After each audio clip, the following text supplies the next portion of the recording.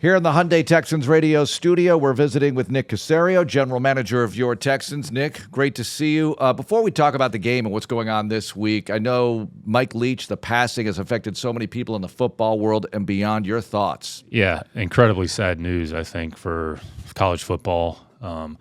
Impacted a lot of people, a lot of coaches, a lot of players. Had a significant impact on the college game, going back to his time there with Coach Mummy, even Valdosta, University of Kentucky, Tim Couch. You've seen a lot of coaches, the system that they put in place. I mean, it's lasted however many years. So it's unfortunate. It just kind of puts everything in perspective. I mean, 61 years old. I mean, here he was. He came off a great win for the program however many weeks ago, the Egg Bowl against Ole Miss, and then to have something like this happen, I mean, it's just it's shocking and it's sad. But he impacted a lot, impacted the game in a positive way, impacted a lot of players, a lot of coaches, and he's going to be, sorely missed. Yeah, there's no doubt. And it's hard to transition out of that into, hey, what happened in a football game? But that's what we got to do, Nick, and talk about the Dallas game. So close at the end there. Goal lines, there's so many good things, Nick. What stood out to you the most about the progress made in the game against Dallas? Yeah, the effort and the consistency with which we've competed has been there from the beginning, and I think you saw that. Guys played with good energy, with good emotion, had our opportunities. In the end, it kind of came down to execution in certain situations, which players fought hard, players competed. We had our chance there. In the end, just kind of situationally didn't execute well enough. Be able to create some takeaways, took the ball away. Offensively, we gave it to them. I mean, it was really one, and one at the end was, just circumstantial. So, had our chances against a good team. Just got to be a little bit better in some of those critical situations because in the end, that's what the games come down to. Well, what about certain guys taking their game up to another level, really, on this occasion, especially, Nick? This time of year, a lot of guys banged up. We talk about the young guys, the rookies all the time. They're all kind of young, but what about a guy like Chris Moore or Tremon Smith stepping up big in that sort of way? Yeah, those two players specifically have been consistent in their roles since when we first brought them into the program. So Tremon has had experience as a returner. He's played defensively at different points. So, when you look at building the depth of your team, the depth of your roster, like you need players like that. And when they're put in a position where they have maybe a little bit more expansive role, you want to be able to trust them in that capacity. So it's a credit to those players, their persistence. I mean, Tremon's been in the league a handful of years now. Chris, he's been in the league same number of years, give or take. It's really kind of maybe the first opportunity for Chris to play extensive snaps on an offensive basis this season more than anything. I think he's on pace for career highs in a number of areas. But those players, they're effective in their role. When we sign them is with the intention of to give us some depth in the back end of the roster, their respective roles. And anytime you have backups, whether it's their third or fourth corner, fourth or fifth corner, and then fourth or fifth receiver offensively, the role in a kicking game is a big part of them actually getting to the game and then being able to give them something to do on their respective side of the ball. And those guys have embraced those opportunities. And Tremon has been put in that situation previously. He's had some success. And Chris has been very consistent, I would say, with his attitude. I mean, here's a guy who played however many snaps he played offensively, and there he is on the punt team down in the ball inside the 5-yard line. So that type of attitude, that type of mindset, that type of mentality, it's great to see. It's great to see those players rewarded, but they've earned it. Nobody gave them anything. Mm-hmm. They earned it with their consistency and their performance day to day. And when you try to build the overall depth of your roster, you have to have players in those respective roles that understand what their role is and do their job and embrace it, and then go out there and perform it at a good level. We talked a lot, Nick, going into the game about Micah Parsons, and I always feel like you can find a result. You look at your team, you look for positive things that your team did. Sometimes you can look at the other side and see what that team didn't do. And as soon as you pick up the game book, and it felt that way throughout the game, I'm like, man, Parsons, where's Parsons? The offensive line seemed to do a really good job on Parsons, knowing where he was, how to handle him, and to really limit his impact. And it felt as the game wore on, I don't want to say shrunk, but it just felt like he's just another guy out there. He wasn't really making the impact that he had throughout the year. How did you see the offensive line and the game plan to slow him down, to keep him from making that impact? Yeah, no, it's a credit to everybody involved. I mean, Mike is a dynamic player. I think kind of the way the game plan was constructed, how we ended up playing the game, with Jeff's role, it's mitigated maybe some of the things that Micah does well. I mean, however many times we actually drop back pass and threw the ball, it was, 20-ish, somewhere in that 20 to 25. And so, when you mix the timing, the passing game there a little bit, kind of mix the game plan, what you're doing offensively, hopefully you can keep a guy like that off balance. So each week there's going to be a challenge on the other side of the ball. What Micah does well, Mike is very gifted. But, fortunately we're able to kind of, limit his production. I mean, different, but it'll be a similar challenge this week with Chris Jones when, once we get to the Chiefs.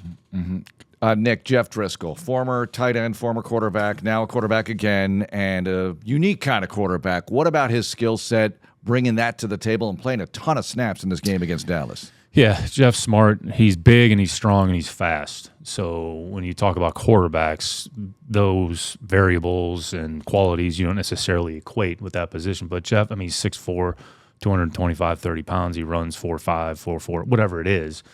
He's just a different type of, I would say, picture at that position. And Jeff, we talked about this in the offseason. Jeff worked really hard in the offseason to improve some of his throwing mechanics and some of the throwing aspects. So in the end, playing quarterback, you're going to have to be able to throw the ball. You have to throw the ball at some point. So, but Jeff was able to, I would say, execute the plays that we asked him to do and kind of play to his strengths there a little bit. But Jeff's been great to work with. He's had a good attitude. We probably did him a little bit of a disservice last year, kind of flip-flopping him back and forth, but he never complained. So it kind of speaks to him as a person about his attitude, and he just kept working. And he took advantage of the opportunity when he was called upon, which is a credit to him, like we talked about with Chris and Tremon. No matter the season, Nick, whether you're 13-1 right now or you're 1-11-1 or whatever it is right now, the roster just continues to churn. And over the last couple of weeks, you picked up a couple players through the waiver claims that made an impact on Sunday. Amari Rodgers and Taylor Stallworth. One on both sides of the ball. What did you see from each of those guys? Didn't get to play, I don't know, not full snaps, but I think Taylor was probably 18 to 20 snaps, had a TFL, felt like he was playing pretty hard on the inside. And Amari Rodgers obviously had the big touchdown, but he also had 4 catches in total. What did you see from those two guys that you claimed a few weeks ago? Yeah, when you get to this point in the season, week 13, 14, 15, 16, inevitably you're going to have to bring new players onto the team. The chances of who you start the season with in September, that group of players making it all the way, it's probably unrealistic because there's a lot of things that can happen. Excuse me. We deal with it. The rest of the league is dealing with it. You watch a game, there's guys looking around going, where did he come from? Never heard of him. He wasn't on the team. So it's just a matter of looking at our situation, or if there's an opportunity for us to add a player that we think maybe can help us once he gets familiar with what we're doing. I would say in those particular situations are kind of different. So, claimed Amare 2-3 weeks ago, whatever it was. So I think when you go back in Amare, you have to go back to maybe some of the things that we thought of him coming out of Clemson, because the body of work at Green Bay really didn't have that many opportunities, but had a chance to handle the ball mostly as a punt returner and had some success, had some plays where he put the ball on the ground a little bit, but I think you saw the physical traits, the physical attributes. He was a good run after catch player, had good lower body strength. He was tough. He had good hands coming out of Clemson. For whatever reason, it didn't work out at Green Bay. That's simply the first player that's going to happen to, or the last player. So when we brought him in, the hope was at some point, he'd have an opportunity to get on the field and play. And, another player that went out there and took advantage of his opportunity. He's had a good attitude. He had a good mindset. He has a decent physical skill level. Taylor, a little bit different. Got here Wednesday, didn't really practice Wednesday, practiced Thursday. Kind of got ready to play. So it's credit to him. It's credit to the coaching staff and, Jacques kind of getting him ready to play, but has some experience. He played, I want to say, 300-some plays last year for Indianapolis. Was in training camp, and then he was on and off kind of Kansas City's roster, practice squad to the roster, played about 50 snaps. So when you just look at the body of work, it's a player that had some traits and qualities that we thought potentially could fit what we're doing. And, we had some moving parts there in the defensive line. We've had some guys in and out. Kurt was injured. We have some different guys at different points. So, that's the NFL. That's the way it works. So, I'm sure there's going to be another player here that we're not talking about that's going to end up on our team. That's going to end up playing here. So, over the next 4 weeks or whatever it is, I'd say there's a good chance you're going to see that throughout the course of the league. Well, in the things you don't care about department, Green Bay Twitter was going nuts when Rodgers caught that touchdown pass, just so you know, Nick. You're facing the Chiefs. Before we talk about them specifically, Andy Reid, the great coaches over time evolve. He's been coaching a long time as a head coach. You worked with Belichick. You've seen that up close and personal. You talk about going back to Shula and people like that. What is it about evolving with the game when you're coaching for a couple of decades plus in this league? Yeah, wherever Andy's been, he's been successful. A lot of respect and admiration for Coach Reid and what he's done. You go back and look what he did at Philadelphia. They won 10 games over many years. Very consistent with what they did. It wasn't always the same. And then when he went to Kansas City, he kind of implemented his program in different ways. They kind of started with Alex Smith. Even, they drafted Patrick, but Patrick didn't play for a year. So it really just speaks to Andy's, ingenuity and just his ability to kind of look beyond, well, maybe we did it this way, but I think evolution and the ability to adapt and adjust, and be progressive with your thinking, that's what the NFL has become. And Andy is a good example of that, and there's a reason he's had as much success, and there's a reason that he's going to the Hall of Fame. So they've done a great job, I would say, of putting the team together. It's interesting when you actually look at their team. It's a combination of a lot of younger players, including rookies that are making a contribution, and a number of veteran players that they've acquired at different points. So Andy's one of the best coaches in the history of our sport. So whenever he's done coaching, whenever he decides he's had enough, I'm sure not too long shortly thereafter he'll be in the Hall of Fame. This guy Patrick you speak of. Oh yeah, Mahomes. Yes. Okay. Lucas Patrick, offensive lineman. Heard of him. Yeah, exactly. Let's talk about the Chiefs. I always love this aspect of throwing a team to you and just letting you go. It's always a way to check myself, like, okay, did I forget about this guy? Because you always give us who we need to watch and what that team is all about. And I know a lot of people have seen the Chiefs. It's a pretty popular team. They play in a lot of primetime games, so people have seen them. But what have you seen from the Chiefs this year, Nick? Yeah, look, everybody talks about Patrick and Kelsey, and rightfully so. I'd say the one thing about Kelsey, he's actually gotten better as a player. I know, not that, Travis is a really good player, but I think he's kind of evolved as a player. He's difficult to match up as there is in the league. So in the way they displace him, the way they use him, he's just such a very instinctive, savvy player with really good hands. Yep. And there's a trust factor that has been built up between him and Mahomes. So everybody talks about those two players, and rightfully so. They're probably two of the best players at their respective positions in the league. I'd say, just to touch briefly on Patrick, the way he kind of manipulates and maneuvers within the pocket is probably kind of what separates him, in addition to just his overall awareness and instinctiveness. He has a way to kind of move up and out and slide, and he's looking to throw when he runs, which not all quarterbacks are doing that. So in addition to all his physical skills and attributes, which are immense, his ability to kind of understand and his instinctiveness and ability to play is kind of very unique. But they've kind of reshaped the offensive line a little bit when you actually look at it. So kind of right to left. So Wiley, who's kind of been a swing guy, now he's playing right tackle. They drafted Trey Smith, who was a 2021 draft, and he had a medical condition. There was some, not sure if he could play, and he basically has been a starter day one. They drafted Humphrey last year in the second round, which is a player that we actually like. We thought we might have a chance there at the bottom of the round, and then they actually ended up drafting him and Bolton. So it's the way the cookie crumbles sometimes. And then they signed Tooney, who I have experience with there in New England, and they traded for Orlando. So kind of have reshaped over the last year or two the offensive line. And they've really gotten a good production from Pacheco. Here's a guy, 7th round draft pick, not highly thought of. They have Edwards-Helaire.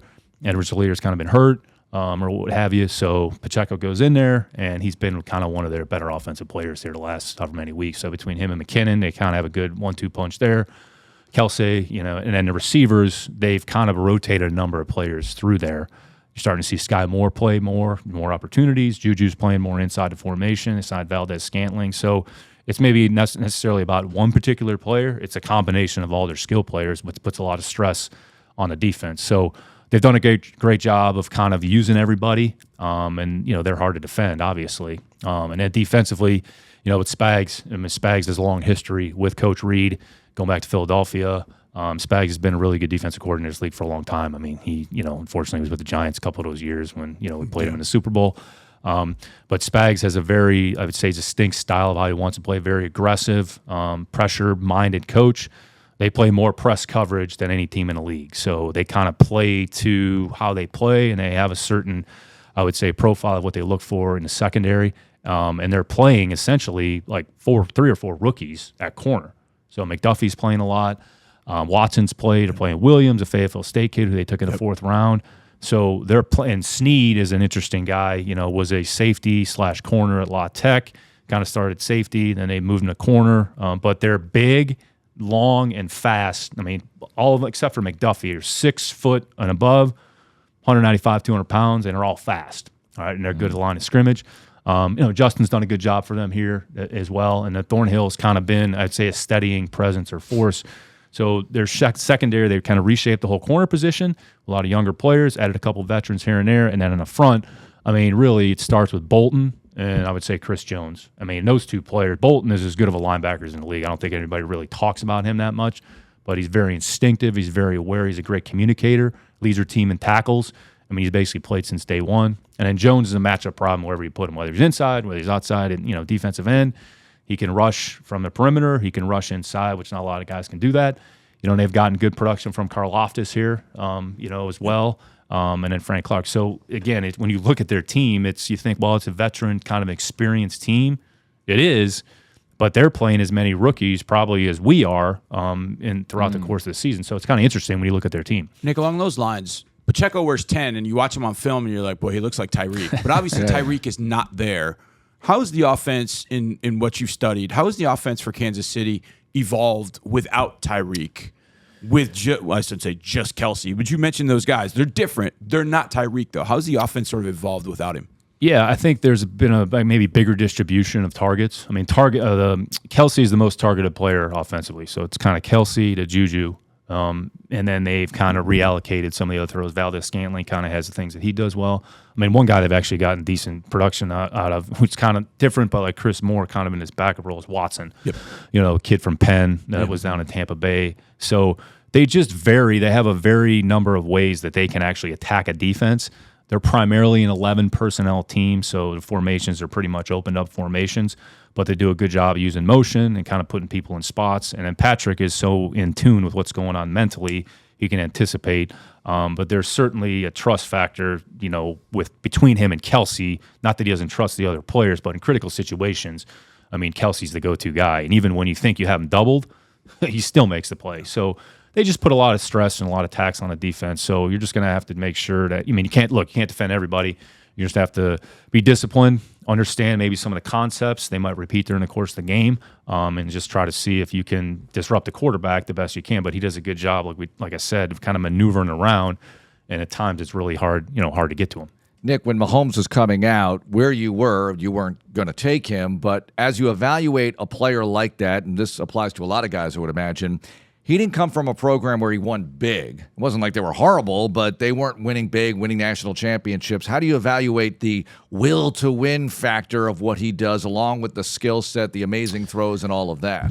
Yeah, you put it all together. And I think kind of going back to what you talked about with Coach Reed, just kind of evolving. And then you look at their team this year, I think it's a really good example. So a lot of new players, a lot of new faces.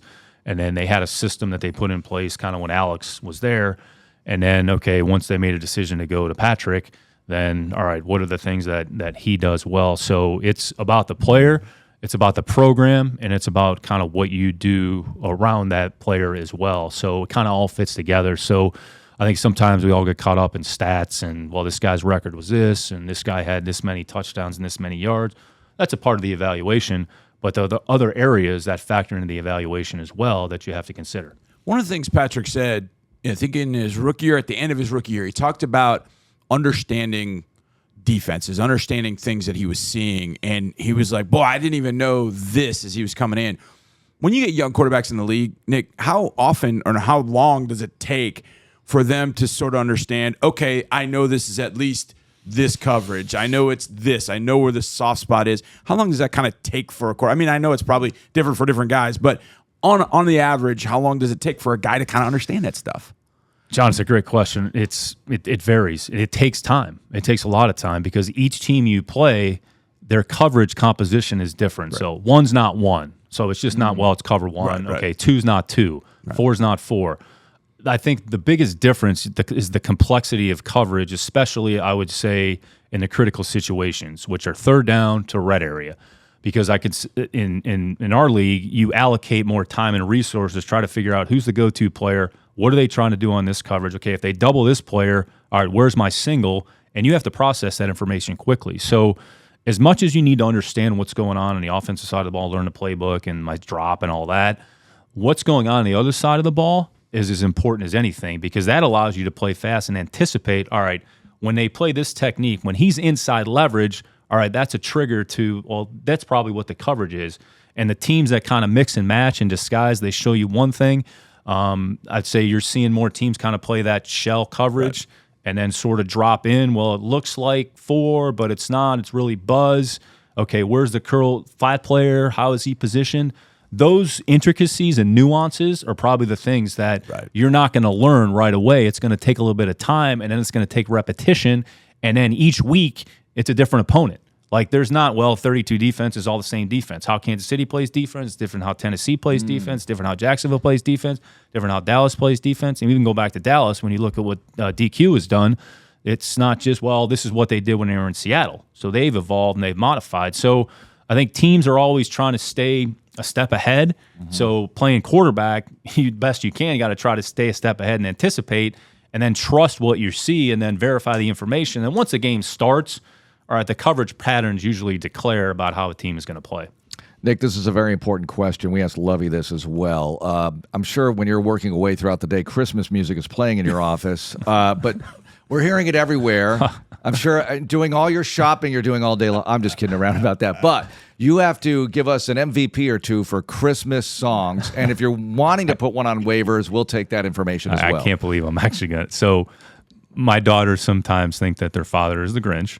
Okay. So we are big fans of You're a Mean One, Mr. Grinch. Okay. So unfortunately, good. I know that doesn't bring a lot of holiday cheer to a lot of people. But it's good for the team. But so I'm really not as much of a Grinch as they seem to think, but that's what they would probably, if you ask them, that would be their answer. It's the greatest start to a Christmas song ever. You're a mean one. I mean, he's got some pipes. Yeah. My nickname at home is Ebenezer, so I'm right there with you, Nick. Thanks a lot for joining us. Good luck. Thanks, guys.